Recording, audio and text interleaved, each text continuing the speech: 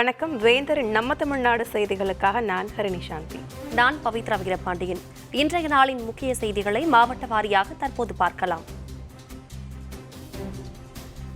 பெண்கள் குறித்த சர்ச்சை பேச்சு எதிரொலியாக திமுக துணை பொதுச் செயலாளர் பதவியிலிருந்து அமைச்சர் பொன்முடி நீக்கப்பட்டுள்ளார்.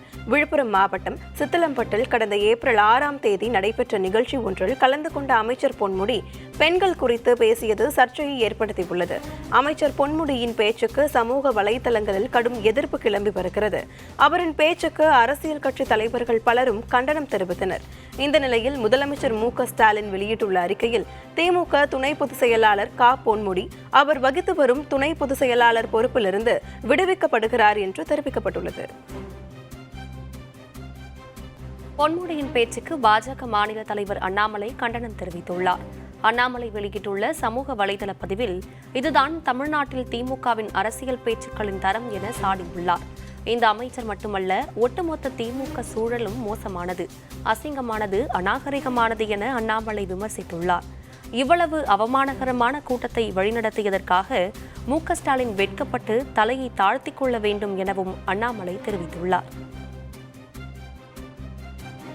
தமிழகத்தில் அரசு திட்டங்களுக்கு கையகப்படுத்திய நிலங்களுக்கு இழப்பீடாக 806 கோடி ரூபாய் வழங்க வேண்டியுள்ளதாக தமிழக அரசு சென்னை உயர்நீதிமன்றத்தில் தெரிவித்துள்ளது.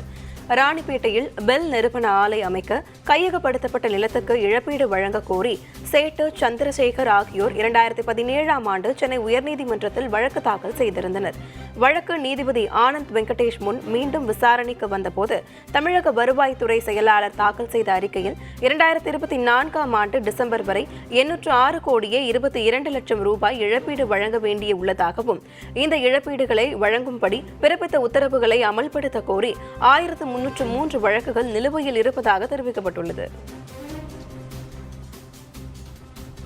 நெல்லையில் ஆரம்ப சுகாதார நிலையம் பின்பு கொட்டப்படும் மருத்துவ கழிவுகளால் சுகாதார சீர்கேடு நிலவுகிறது. நெல்லை மாவட்டம் பேரூரில் பொதுமக்களின் பயன்பாட்டிற்காக ஆரம்ப சுகாதார நிலையம் அமைக்கப்பட்டுள்ளது. ஆரம்ப சுகாதார நிலையத்தின் பின்புறம் ஏராளமான மருத்துவ கழிவுகள் கொட்டப்பட்டு தீயில் எரிக்கப்பட்டதால் பொதுமக்கள் அச்சமடைந்துள்ளனர். இதுபோன்ற கழிவுகள் நகரம் முழுவதும் ஆங்காங்கே காணப்படுவதாகவும் புகார்கள் எழுந்துள்ளன. இது தொடர்பாக உரிய நடவடிக்கை எடுக்க வேண்டும் என மக்கள் வலியுறுத்துகின்றனர். இரட்டை இலை சின்ன விவகாரத்தில் தேர்தல் ஆணையம் இறுதி விசாரணையை தொடங்கியது. இரட்டை இலை சின்னத்தை எடப்பாடி பழனிசாமி தலைமையிலான அதிமுக பயன்படுத்த தடை கோரி மனு அளிக்கப்பட்டுள்ளது. இரட்டை இலையை தங்கள் தரப்புக்கு ஒதுக்க கோரி ஓ. பன்னீர்செல்வம் தொடர்ந்த மனு உட்பட 15 மனுக்கள் மீது விசாரணை நடைபெற்று வருகிறது. கடந்த ஜனவரியில் அனைத்து தரப்பினரும் தங்கள் தரப்பு வாதத்தை தேர்தல் ஆணையத்தில் அளித்திருந்தனர்.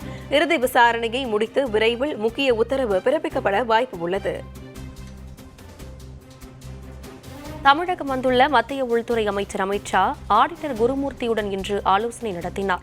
பரபரப்பான அரசியல் சூழ்நிலையில் மத்திய உள்துறை அமைச்சர் அமித் ஷா நேற்று இரவு சென்னை வந்தார். இன்று பல்வேறு கட்சித் தலைவர்களை சந்தித்து அவர் பேச்சு நடத்தவுள்ளார். இதனைத் தொடர்ந்து 2026 சட்டமன்ற தேர்தலுக்கான கூட்டணி இன்று முடிவாகலாம் என்று எதிர்பார்க்கப்படுகிறது.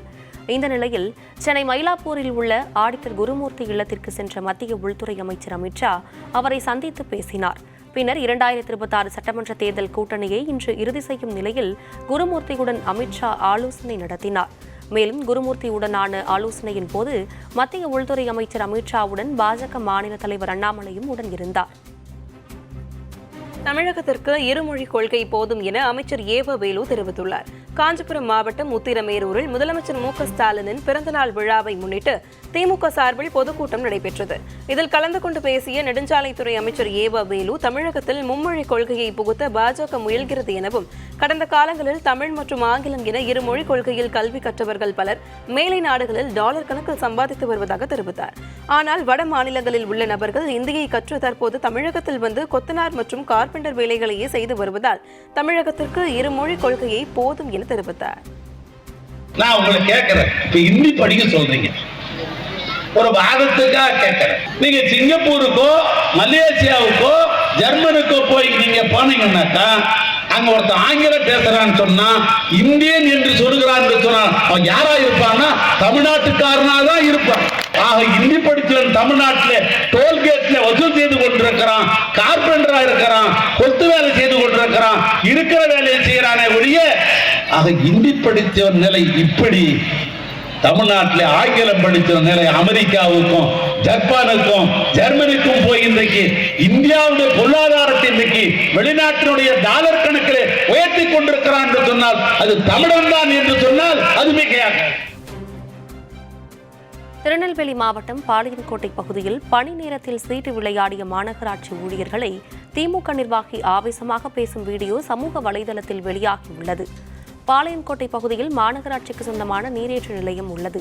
இந்த பகுதியிலிருந்து பல்வேறு வார்டுகளுக்கு குடித்தண்ணீர் லாரிகள் மூலம் கொண்டு செல்லும் நிலையில் கடந்த 3 மாதங்களுக்கு முன்பு வார்டு 34ஆம் பகுதிக்கு தண்ணீர் கொண்டு வருவதில் தாமதம் ஏற்பட்டுள்ளது.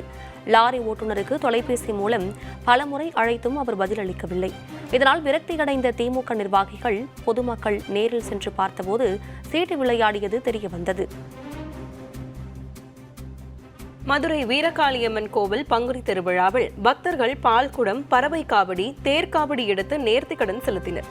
மதுரை ஜெய்ஹிந்த்புரத்தில் மிக பழமையான ஸ்ரீ வீரகாளியம்மன் கோவில் உள்ளது. இந்த கோவிலின் 73வது ஆண்டு பங்குனி உற்சவ விழா கொடியேற்றம் மார்ச் 21ஆம் தேதி தொடங்கியது. இந்நிலையில் விழாவின் சிகர நிகழ்வாக இன்று காலை 5 மணி முதல் 15,000க்கும் மேற்பட்ட பக்தர்கள் வைகை ஆற்றிலிருந்து தங்களது வேண்டுதல்களை நிறைவேற்றும் வகையில் ஜெய்ஹிந்த்புரம் வீரகாளியம்மன் கோவிலுக்கு அலகு குத்தியும், பால்குடம் எடுத்தும், வேல் குத்தியும், பறவை காவடி எடுத்தபடியும் வைகை ஆற்றிலிருந்து ஜெய்ஹிந்த்புரம் வரை ஊர்வலமாக சென்றனர். பிரசித்தி பெற்ற ஜெய்ஹிந்த்புரம் வீரகாளியம்மன் கோவில் பங்குனி திருவிழாவை முன்னிட்டு பக்தர்களுக்கு இந்திய ஜனநாயக கட்சி சார்பில் நீர்மோர் வழங்கப்பட்டது. இந்திய ஜனநாயக கட்சியின் மேற்கு மாவட்ட தலைவர் பருத்தி வீரன் என்ற கருப்புசாமி தலைமையில் மேற்கு மாவட்ட செயலாளர் அமிர்தகிருஷ்ணன், மேற்கு மாவட்ட பொருளாளர் முத்து ரமேஷ் முன்னிலையில் பக்தர்களுக்கு நீர்மோர் பந்தல் அமைத்து விநியோகம் செய்யப்பட்டது. இந்த நிகழ்வில் சிறப்பு அழைப்பாளராக மாநில அமைப்பு செயலாளரும் நிர்வாக குழு உறுப்பினருமான அன்னை இருதயராஜ் கலந்து கொண்டு பக்தர்களுக்கு நீர்மோர் வழங்கினார். ராமேஸ்வரம் பாலசுப்ரமணிய சுவாமி கோவிலில் பங்குனி உத்திர திருவிழாவில் ஏராளமான பக்தர்கள் கலந்து கொண்டனர். ராமேஸ்வரம் ராமநாத சுவாமி கோவிலின் மேற்கு கோபுர வாசலில் அமைந்திருக்கும் பாலசுப்ரமணிய சுவாமி கோவிலில் பங்குனி உத்திர விழாவை முன்னிட்டு சிறப்பு அபிஷேகங்கள் நடைபெற்றன. இதனைத் தொடர்ந்து பாம்பன், தங்கச்சி மடம் உள்ளிட்ட இடங்களிலிருந்து வந்த பக்தர்கள் பறவை காவடி, வேல் காவடிகளுடன் பாத யாத்திரையாக வந்து நேர்த்திக்கடன் செலுத்தினர். மேலும் பக்தர்களின் பாதுகாப்புக்காக ராமேஸ்வரம் தீவு முழுவதும் போலீசார் தீவிர கண்காணிப்பில் ஈடுபட்டனர். இதனிடையே கோவிலுக்கு வெளி மாநிலங்கள் மற்றும் பிற மாவட்டங்களிலிருந்து பக்தர்கள் வருவதால் வாகன நெரிசலை தவிர்க்க வெளி மாவட்ட வாகனங்கள் மாற்றுப்பாதையில் அனுப்பப்பட்டனர். மதுரை கள்ளழகர் திருக்கோவிலில் எழுந்தருளிய சுந்தரராச பெருமாளுக்கு பெரியாழ்வார் முன்னிலையில் திருக்கல்யாண வைபவம் நடைபெற்றது. மேலூர் அருகே 108 வைணவ திருத்தலங்களில் ஒன்றானதும் உலக பிரசித்தி பெற்றதுமான அழகர் கோவில் சுந்தரராஜ பெருமாள் என்ற கள்ளழகர் கோவிலில் 5 நாட்கள் நடைபெறும் பங்குனி மாத உற்சவ விழா வரும் 8ஆம் தேதி தொடங்கி 12ஆம் தேதி வரை நடைபெறவுள்ளது. இந்த திருவிழாவின் முக்கிய நிகழ்வான திருக்கல்யாண உற்சவம் இன்று வெகு விமர்சையாக நடைபெற்றது. முன்னதாக சுவாமி காலை 6:15 மணியிலிருந்து 7 மணிக்குள்ளாக ஆஸ்தானத்தை விட்டு தொழுக்கிணியானில் அலங்காரமாகி திருக்கல்யாண மண்டபத்தில் ஸ்ரீதேவி, பூதேவி, கல்யாண சுந்தரவள்ளி தாயார் மற்றும் ஆண்டாள் உள்ளிட்ட 4 பிராட்டிகளுடன் எழுந்தருளினார். பங்குனி திருக்கல்யாண உற்சவத்தில் திரளான பக்தர்கள் கலந்து கொண்டு சுவாமி தரிசனம் செய்தனர். திருப்பூர் மாவட்டம் பல்லடத்தில் கோவில் கும்பாபிஷேகத்தை முன்னிட்டு நடைபெற்ற கும்மியாட்ட நிகழ்வை பொதுமக்கள் ஆர்வத்துடன் கண்டு ரசித்தனர். திருப்பூர் மாவட்டம் பல்லடம் அருகே மங்கலம் பகுதியில் உள்ள 7 கோவில்களின் கும்பாபிஷேகத்தை முன்னிட்டு 4 கால யாக பூஜைகள் நடைபெற்றன. இந்நிலையில் பொதுமக்கள் கண்டுகளிக்கும் வகையில் கும்மியாட்டம் நடைபெற்றது. இதில் ஆட்டாங்கல்லும் அம்மிக்கல்லும் அழிஞ்சே போச்சு என்று பாடிய பாடல் பாடி பொதுமக்களின் கவனத்தை ஈர்த்தனர்.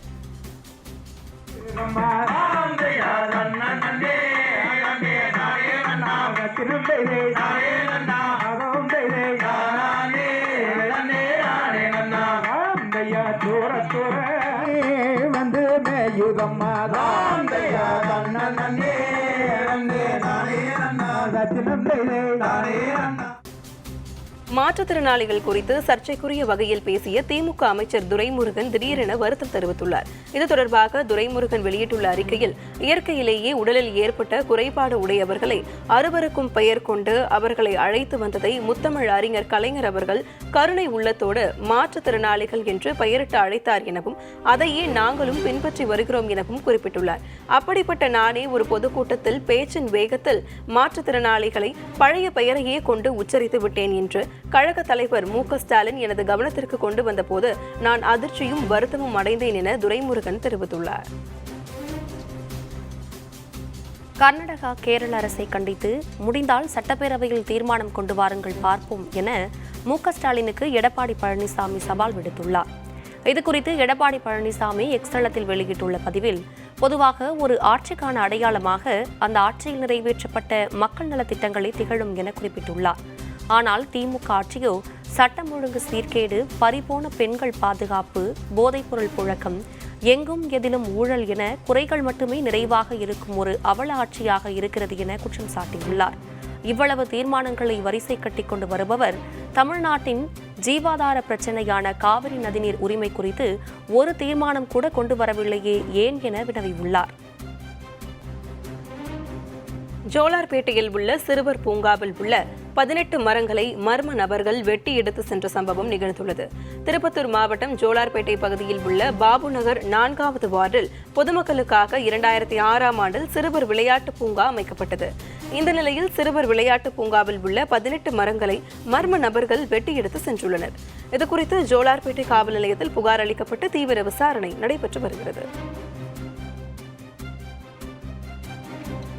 திண்டுக்கல் மாவட்டம் வத்தலகுண்டு அருள்மிகு மார்க்கண்டேயன் கோவிலில் பங்குனி திருவிழாவை முன்னிட்டு பெண்கள் முளைப்பாரி எடுத்து நேர்த்திக்கடன் செலுத்தினர்.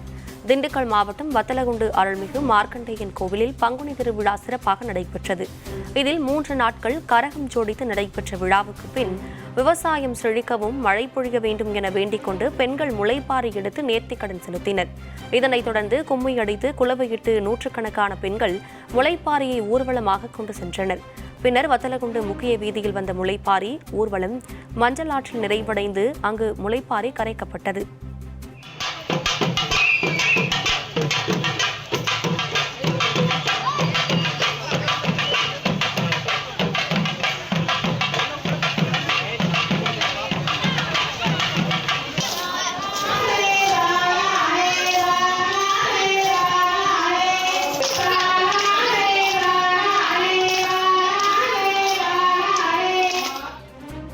சேலம் மாவட்டம் காமநாதீஸ்வரர் கோவிலில் நடைபெற்ற தேர் திருவிழாவில் ஏராளமான பக்தர்கள் கலந்து கொண்டு சாமி தரிசனம் செய்தனர். சேலம் மாவட்டம் தலைவாசல் அருகே உள்ள ஆரகலூர் கிராமத்தில் அமைந்துள்ள 13ஆம் நூற்றாண்டை சேர்ந்த பழமையான காமநாதீஸ்வரர் கோவிலில் தேர் திருவிழா விமர்சையாக நடைபெற்றது. விழாவின் சிறப்பு நிகழ்வாக 45 அடி உயரம் கொண்ட அலங்கரிக்கப்பட்ட தேரில் மூலவர் காமநாதீஸ்வரர் வெள்ளி கவசத்துடன் மலர் அலங்காரத்தில் பக்தர்களுக்கு அருள் பாலித்தார். ஆண்கள் பெண்கள் தேரை வடம் பிடித்து இழுத்தனர். முக்கிய வீதிகள் வழியாக தேர் வலம் வந்தபோது ஆரகலூர், பெரியேரி, நத்தக்கரை, தியாகனூர் உள்ளிட்ட பகுதிகளை சேர்ந்த ஏராளமான பக்தர்கள் கலந்து கொண்டு சாமி தரிசனம் செய்தனர்.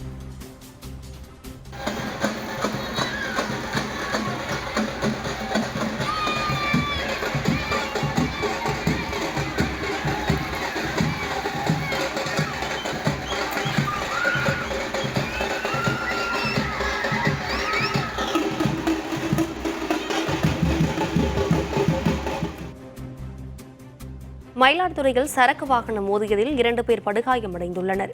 மயிலாடுதுறை மாவட்டம் மூங்கில் தோட்டம் பகுதியில் மயிலாடுதுறை நோக்கி வந்து கொண்டிருந்த சரக்கு வாகனம் மூங்கில் தோட்டம் பேருந்து நிறுத்தம் அருகே சாலையில் சென்று கொண்டிருந்தது. அப்போது இருசக்கர வாகனம் மற்றும் சைக்கிள் ஆகிய வாகனங்கள் மீது தொடர்ந்து மோதியது. இதில் இருசக்கர வாகனம் மற்றும் சைக்கிளை ஓட்டி வந்த 2 பேர் காயமடைந்தனர். இதில் முதியவருக்கு 2 கால்களிலும் எலும்பு முறிவு ஏற்பட்டது.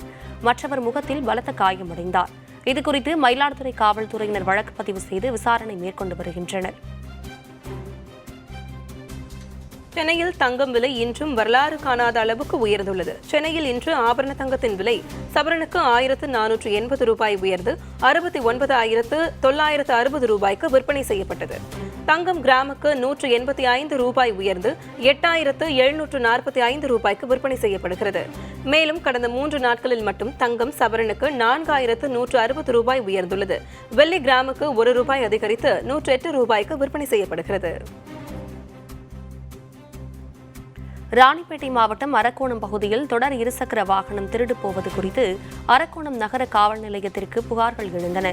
இதனையடுத்து விசாரணை மேற்கொண்ட காவல்துறையினர் சிசிடிவி கேமரா மூலம் கண்காணித்ததில் குறிப்பிட்ட 2 நபர்கள் இந்த சம்பவத்தில் ஈடுபடுவது தெரியவந்தது. இந்நிலையில் போலீசார் இன்று காலை வாகன தணிக்கையில் ஈடுபட்டபோது சிசிடிவி கேமராவில் பதிவான நபரின் தோற்றத்தில் இருந்த நபரை பிடித்து விசாரித்தனர். அப்போது அவர் இருசக்கர வாகனங்கள் திருட்டில் ஈடுபட்டதை ஒப்புக்கொண்டார்.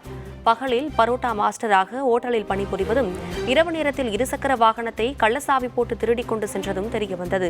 மேலும் அவருக்கு உடந்தையாக இருந்த மற்றொரு நபரையும் போலீசார் கைது செய்தனர். இதனையடுத்து திருடப்பட்ட 10 இருசக்கர வாகனங்களை பறிமுதல் செய்தனர்.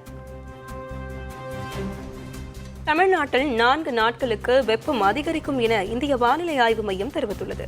இது தொடர்பாக இந்திய வானிலை ஆய்வு மையம் வெளியிட்டுள்ள செய்திக்குறிப்பில் கர்நாடகா, ராயலசீமா பகுதிகளின் வடமேற்கிலிருந்து வரும் வறண்ட வெப்பக்காற்று சென்னை, திருவள்ளூர், காஞ்சிபுரம், திருப்பத்தூர், கள்ளக்குறிச்சி, செங்கல்பட்டு, விழுப்புரம், திருவண்ணாமலை, வேலூர், ராணிப்பேட்டை, ஈரோடு, கரூர், திருச்சி உள்ளிட்ட வட மாவட்டங்களை அடைவதால் அங்கு மேலும் 4 நாட்களுக்கு வெப்பம் அதிகரிக்கும் என வானிலை ஆய்வாளர்கள் தெரிவித்துள்ளனர். இதில் இன்றும் நாளையும் வட மாவட்டங்களில் சில இடங்களில் கடுமையான வெப்பம் பதிவாக வாய்ப்பு இருப்பதாகவும், குறிப்பாக வேலூரில் 105 டிகிரியையும் சென்னை மீனம்பாக்கம் 104 டிகிரியையும் தாண்டி பதிவாக வாய்ப்பு உள்ளதாகவும் கூறப்படுகிறது.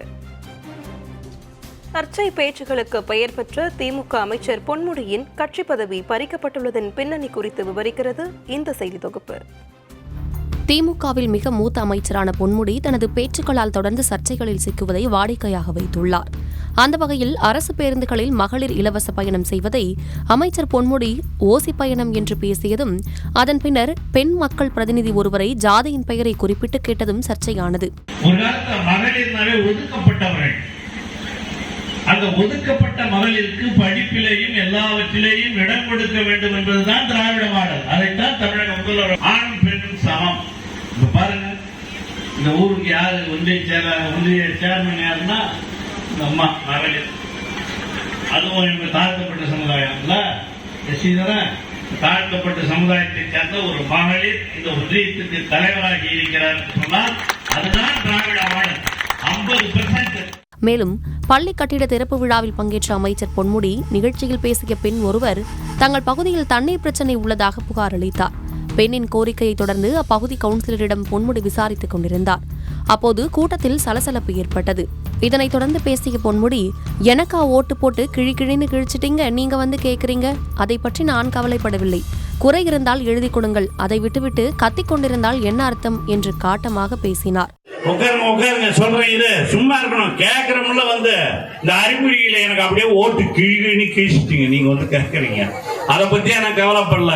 தலைவர் முதலமைச்சர் சொல்லியிருக்காரு, ஓட்டு போடவங்க போடாதவங்க எல்லாருக்கும் செய்யணும்னு. நீங்க எல்லாம் எப்ப வந்தாலும் அறிகுறிகள் இந்த மாதிரி தான் கத்துவீங்கன்னு தெரியும். ரோடு போட்டு கொடுத்தது நானு, பஸ் விட்டது நானு, குடிநீர் வசதி செஞ்சு கொடுத்தது நானு. அதுல குறை இருந்தா எழுதி கொடுங்க, சொல்லுங்க. அதை விட்டுட்டு லபலபான்னு அர்த்தம். இதனைத் தொடர்ந்து அவரது உயர்கல்வித்துறை அமைச்சர் பதவி பறிக்கப்பட்டு வனத்துறை ஒதுக்கப்பட்டது. இந்த நிலையில் கடந்த 6ஆம் தேதி நடைபெற்ற திமுக கூட்டத்தில் பெண்களை பற்றி கொச்சைப்படுத்தும் விதமாகவும் சைவ வைணவ மதத்தை அவமதிக்கும் வகையில் பேசியுள்ளது தற்போது சர்ச்சையாகியுள்ளது. ஒரு விலை மாதவியின் வீட்டுக்கு ஒருத்தன் போறான். போகும்போது அங்க அந்த அம்மா கேக்குது, நீ பார்த்து நீங்க சைவமா வைணவமா அப்படின்னு கேக்குது. அவனுக்கு ஒன்றும் புரியல. அவன் பணம் எவ்வளோ 5 கொடு 10 கொடுன்னு கேட்டான்னா ரைட்டு. என்னடா இங்க வந்திருக்கிறோம் நாம ஒரு விலை மாத வீட்டுக்கு, நம்மள வந்து சைவமா வைணவமான்னு கேட்குறாங்க அப்படின்னு கேட்டான். அந்த அம்மா சொல்லிச்சான், என்னம்மா ஒன்றும் புரியலையே அப்படின்ட்டான். ஒன்றும் இல்லை, சைவம்னா இப்படி, வைணவம்னா இப்படின்னுச்சான். இல்லை, சைவம்னா வைணவம்னா நின்னுங்கண்ணா படுத்தா. பொன்முடியின் பேச்சுக்கு திமுக துணை பொதுச் செயலாளர் கனிமொழி, மார்க்சிஸ்ட் மாநில செயலாளர் சண்முகம், பாடகி சின்மயி உள்ளிட்ட பலரும் கண்டனம் தெரிவித்து வருகின்றனர். இதனால் அவர் திமுகவில் வகித்து வந்த துணை பொதுச் செயலாளர் பதவி பறிக்கப்பட்டுள்ளது. இப்படி மூத்த அமைச்சர்களே அரசுக்கு தலைவலி உண்டாக்கும் வகையில் உளறிக் கொட்டுவது முதல்வருக்கு கடும் கோபத்தை ஏற்படுத்தியுள்ளது.